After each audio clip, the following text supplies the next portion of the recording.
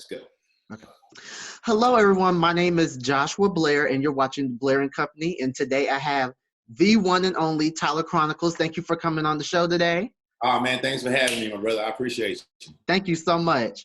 So I'm just going to ask you a few simple questions today, just to know, just for people to know who you are, what you're about, what you got going on, and we're just going to get the ball rolling. So, my first question is, just tell me about your upbringing and the people in your life that influenced you in a positive way. Okay, I'm originally born in Inglewood, California, or Los Angeles for some people that don't know. I was heavily into sports, you know what I'm saying? It was a gang-infested area, so my mom would only really let me go across the street to this gym. So, that's where I learned a lot of my, I got a lot of, I guess, getting roasted a lot, and roasting people back kind of started the kind of joking part of my lifestyle, you know what I mean? But basketball still was most important, and to fast forward through it, basketball ran my life all the way up until and through college, played basketball all the way through college. And when I got out of college, got a job with the Atlanta Hawks. And that's what ended up moving me from, I was in graduate school, in Virginia. That's what ended up moving me from Virginia to Atlanta. Oh, okay. Once I got to Atlanta, I was staying with my college roommate. We had got a spot in Atlanta together, and we would throw house parties, like big house parties.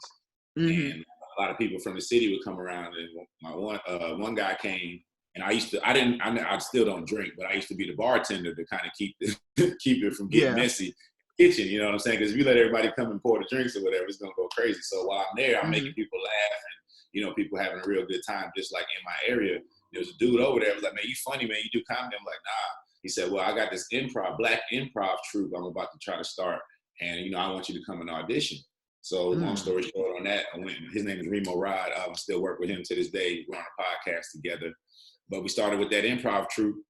Another person inside the troupe actually did stand-up comedy and needed a ride to one of the shows. And so I drove him to the show, and the host was like, "Hey, man, do you do comedy?" I was like, "No, I just do improv." He was like, "Well, you do comedy. You should do some stand-up tonight." And okay. I went on stage. It was like 7 or 8 people there. I didn't have any material or nothing, but I was always good at roasting and talking about what I saw. So that's basically what I did. And, from there, I just kind of kept working and, built my set. And, that moved me on to, I started volunteering for several different things. You probably ask me about that later, but that's kind of the long and short of how I got to, get into comedy. And my influences, my brother, he would always listen to my stuff. My mom, obviously, she's actually a really funny lady. My grandmother, rest in peace, was funny. So there's a lot of people like in my family that's, kind of funny. We're a small, tight-knit family, but, we get after each other. That's good. That's good. So that's good that you were able to have those influencers in your life to mold you into the person you are today. Yeah, for sure. For sure. So, can you tell me, what was your college and graduate school's experience? What was it like for you? And what schools did you go to, by the way? Yes. Yeah, USC Upstate, and then my graduate school, I went to Averett University. It's a small liberal arts school in Virginia. But I was in school in South Carolina, and obviously, like I was saying, I was playing basketball. But I used to get on stages kind of a lot. Now that I look back at it. They would always they asked me to host a talent show that they had on campus one time, and that's one of my first time on the stage with a microphone, like making people laugh in between all the acts and stuff like that.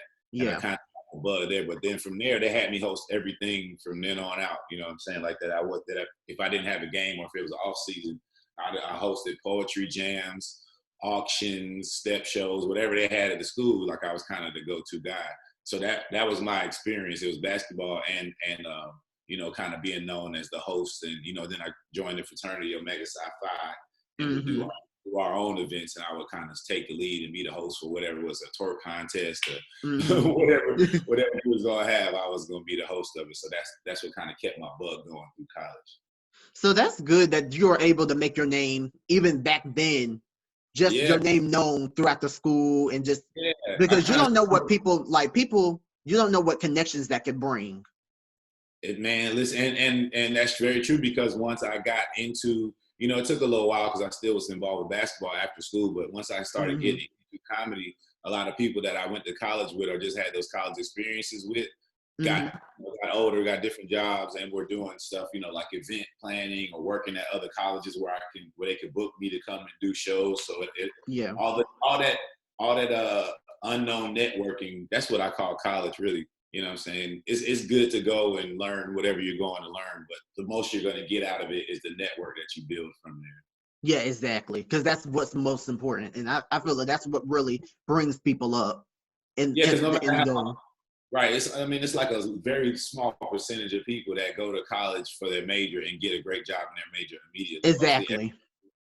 Mostly everybody got to take a job just to start paying back the bills. You know what I'm saying? So it's going to be the people that that end up doing well and that can help you or to push you towards somebody that can help. Yeah, most definitely.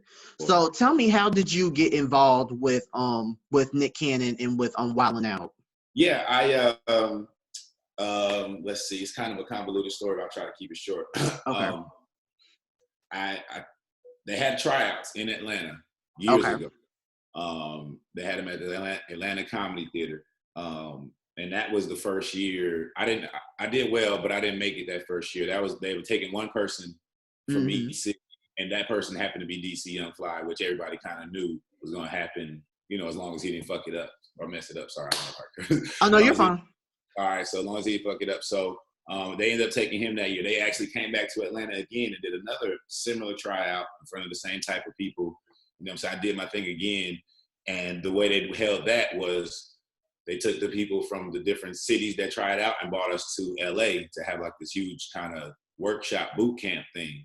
You know what I mean? Where they was home at the end. And I did my thing again. It was like a 4-day boot camp. Did my thing again. So much so that they ended up cutting me because that was the time where they were really going into the picking social media people. They had the social media numbers. That's like right when they started transitioning into that. So was this when this was about during the time when they were bringing it back on MTV, right? They were bringing it that LA season when it had been gone for a while, and they were bringing it back to MTV too. Yeah, that was that season. Yeah, that season. But okay. I really did my thing. I had everybody laughing and doing what I had to do. But like I said, they just ended up picking a lot of different social media people, and so much so that the morning they sent me home was the morning that they were all supposed to be practicing as a group, as a Wildin' Out team. And like four or five people from the cast and like 2 people that auditioned with me called me and was like, "Hey man, you late? We about to start."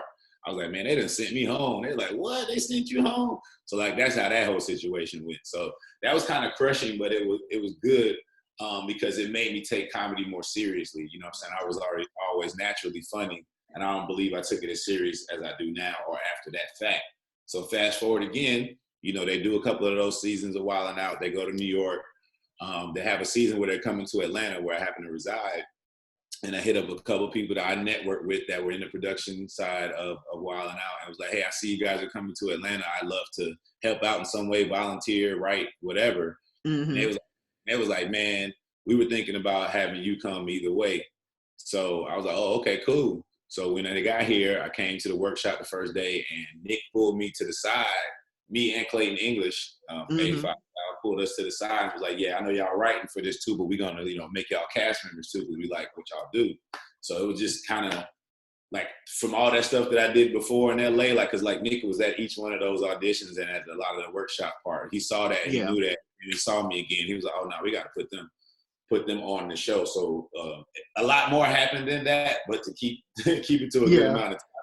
That's the long and short of it. So, I got into it while I'm writing for the special guests that come on, help their stuff, because they never play the game, so they don't know. If somebody one of the cast members got something they want to bounce off me, I'm kind of the go-to guy for that.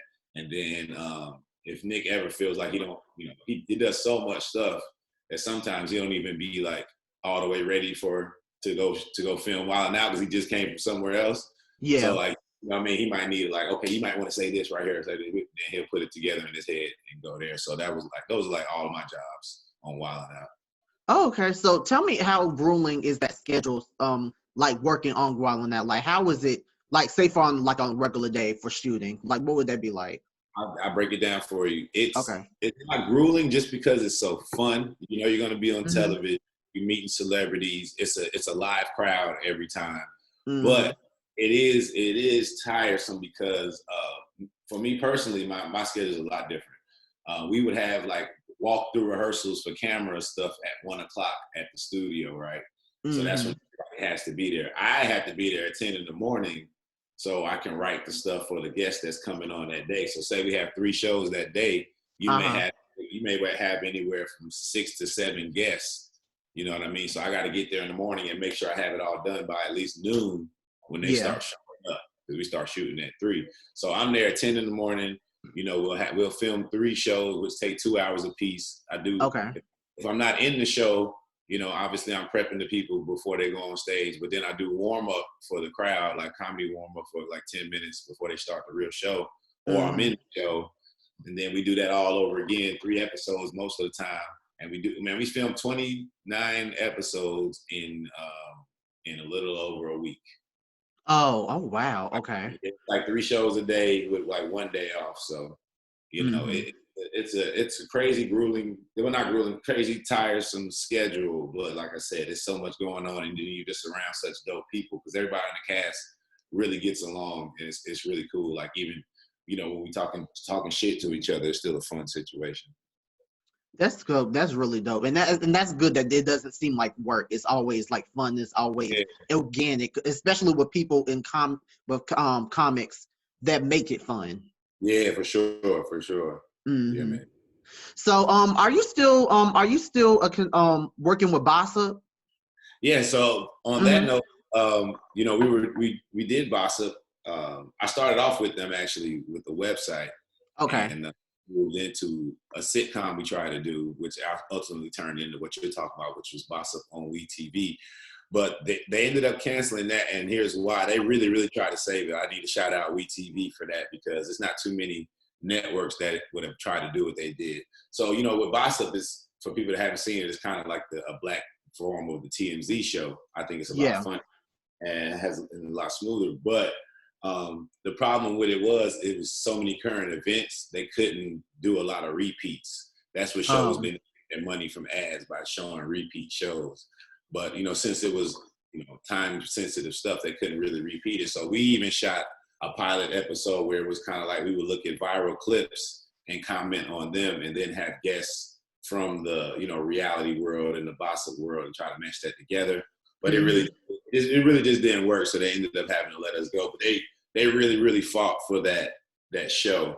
So shout out to our production and WeTV, because most times they just be like, oh, it didn't work, and they send you on your way.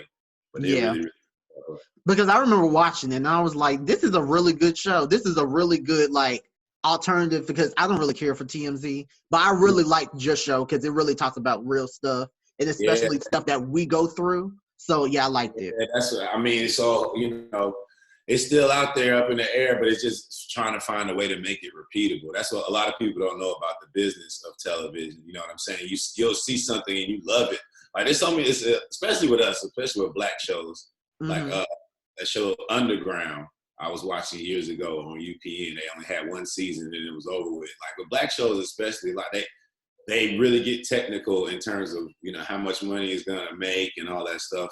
And it could be, you know, everybody's talking about it, everybody's tweeting about the show, and then it just goes off air. And you're like, how? That show was so popular and so good. How did it go off air? But it's really, you know, some background stuff that people don't really know about. Yeah. So yeah, I definitely understand. So tell me about this whole quarantine television network that you started. So what made you come up with it, and just talk about the different like shows you have for it that you show during the week. Yeah, so it was like March 11th almost. No, it was March 11th to the day. And, you know, I was with my podcast crew, and everybody was talking about, we hadn't got shut down, none of that yet. It was some places in the United States that just started getting shut down. I think like New York and LA were just starting to get their orders. So I was like, well, shoot, you know, all my shows had got canceled like in 1 day. Like, and I'm talking about stand-up shows, different events, colleges, television stuff that I was supposed to start working on. All of it got either shut down or postponed. So I was like, okay, it looks like my phone is my only option. So I did a comedy show. Said I'm gonna do a Cash App comedy show. People can donate money to comedians that come on here and, you know, just say something. So I did it inside the room. It's me, Ronnie Jordan, Remo Rock, come on, Secret, everybody on my podcast. We did some time. And when I got done, I saw how many people liked that. You know what I'm saying? Even though nobody was really quarantined, yet people really liked it. So I was like, okay, I'm gonna do it again tomorrow. And then I did stuff inside of the comedy show that I was like, this deserves its own platform. So I started off with Fix My Life, which is like an advice column. So I was like, all right, I'm gonna do that at 3:00. It's an advice and option column. 5:00, I had started doing these sock puppets. I don't know what made me do it. I just grabbed some socks. I had just saw that the other day. I was watching that the other day. I just got some socks and started doing movie scenes that because I love movies. And I was like, this might be cool. And people really, really loved it. So I was like, all right, I'm gonna keep that. Then I was like, I still got the comedy show that I do all the time. So let me keep that. And then, I like to rap and do the Wild 'N Out stuff and knowing a lot of battle rappers on there. I was like, I'm gonna do a quarantine rap league, which is like the ultimate rap league, but online. So that's how I ended up. I was like, I got a whole television network right now. So I just really dove into it, made commercials, flyers, and everything for it, and people really tune in. You know what I'm saying? Like every single time, every single show. Like if I missed, if I'm on late, they start messaging me like, "Are you okay? You're going on late." So we kind of got our own little family and stuff. So it's really dope. That's good. That's good. I really enjoy it, and I feel like that's very creative because a lot of people they're not doing nothing, and I feel like that's a good opportunity to still put your brand out there and still do what you're loving despite what's going on. Yeah. Like somebody dropped the gem on me the other day. Zoom in. He was saying. The last recession, 07, 08, when Bush was coming out and Obama was coming in, when it was really rough and unemployment was high and there was no jobs and stuff really. He said that's when people really started to create stuff. That's when people that, were in the real estate business had these houses and empty houses and stuff. They were like, well, you know what? We're going to start renting these houses out. And that's where Airbnb came from. Or people said, you know what? People don't really have cars and where to get around. You know what I'm saying? We're going to drive and pick them up and take them where they got to go. And that's where your Ubers and Lyfts came from around this area. So this is the time to create your Uber and your Lyft for whenever things get back to normal. Yeah, so I feel like that's what's created. And look at it now. People are using it all the time. That's what I'm saying. But it came from out of a situation like this where you have to pay attention to the climate. Like you had to sit down, really focus on what you're trying to do and come up with ideas. Pay attention to the climate and see what people need. And then once you figure that out, I figured out people need entertainment in this form. So I'm going to keep on working with that and see how that goes. Oh, okay. So where can you see your brand going like within the next 10 to 20 years? My brand, I want to, I've actually was in the middle with all this stuff happening of getting like my lifelong goals accomplished. But I would like to be an EP or executive producer and co-creator of or creator of several shows, sitcom, live TV and game show. Those are the three that I want to be in charge of, and also having a long-running show that I created for myself. I can't really talk about right now, but that's probably the gist of it. You know what I'm saying? Just in the entertainment industry, I've seen how people run different things, and I see how I would want to do it. And I've done a lot. I've written. I've actually directed a few things. So now I feel like I'm ready because I've been creating shows damn near my whole life. So what I'm saying, I have the connections and stuff now to make it actually worth something. So what I'm saying, once again, as soon as they cut the world back on, we're gonna see what's gonna happen with all that stuff. Yeah, and I saw that you're doing like a writer's workshop. Yeah, I've been doing a writer's workshop for the last couple of years. Like I said, I've worked on so many different things, but all of them happen to be in Los Angeles that I've written for, especially. And I was getting a lot of knowledge out there and learning different things you could write for and write about while I was out there. That when I got back to Atlanta, I realized people had no idea about, especially comedians that were kind of in the same field as me. So I was like, I need to start a workshop, and I had people actually come, to my studio, and it would be like 7 or 8 people, and we'd have a workshop.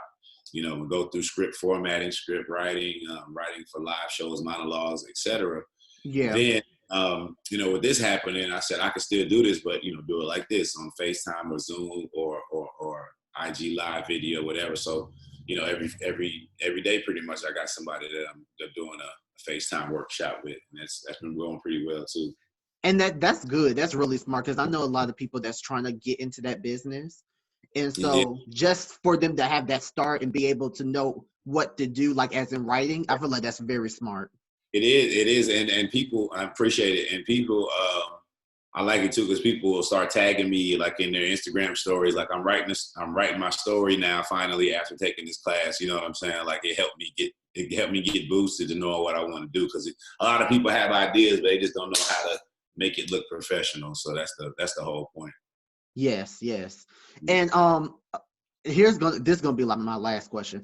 Ever since the coronavirus pandemic has been forcing people to quarantine, what have you learned about yourself that you didn't know about yourself before? That I can execute my ideas better than I thought I could. Before this, I would have a lot of ideas. And I'm like, I don't know if I could do that. But now that, you know, I'm stationary, as soon as I come with an idea, the next thought is how to execute it. And it's changed my way of thinking about different things. And that's kind of the long and short of it. Just changed my thinking about what I can do and what I can accomplish and how strong I really am, and how I don't let worry or situations around me affect hardly anything. And that was good to know, because you never think about it until you're in the middle of it. You know what I mean? Yeah, that is true. And I feel like this is a good time to just reflect on what you want to accomplish, and reflect on what you've already done and what you what you have planned next for what you want to do. So I feel like this is a good time to do it. Yes, indeed. You better be doing it. Yes, exactly. I mean, you catch up on all your Netflix and stuff, but you know, Netflix gonna be there. Exactly. And you're not getting nothing out of it. So, where can we find you on social media? Social media, man, Tyler Chronicles on everything. TYLER Chronicles. Hi, I'm Tyler is the name of my comedy album. It's on all digital streaming platforms: Spotify, Tidal, iTunes, Apple Music right now. I also have Tyler Chronicles, the Pandora station. Everybody can download that. It'll be appreciated. All the streams count up as well. So yeah, they can just find me Tyler Chronicles, anything. You can just Google Tyler Chronicles or whatever you want about me to show up. Okay, and also, what yes. Also, one season of Wild 'N Out ended Tuesday, but the new season 15 that we shot last year, is coming on April 21st. So they're running it right back to back. Okay, so April 21st, and it's on MTV too. It's on MTV1 and VH1. Oh, okay, MTV1 and VH1. Okay. Yeah, one on MTV1 and one on VH1. So, but I think MTV usually starts it off. Oh, okay, cool. Okay, so thank you so much for letting me interview you. It's been really good. Thank you so much. This is Joshua Blair, and you're watching the Blair and Company. Thank you so much. Okay, let me see.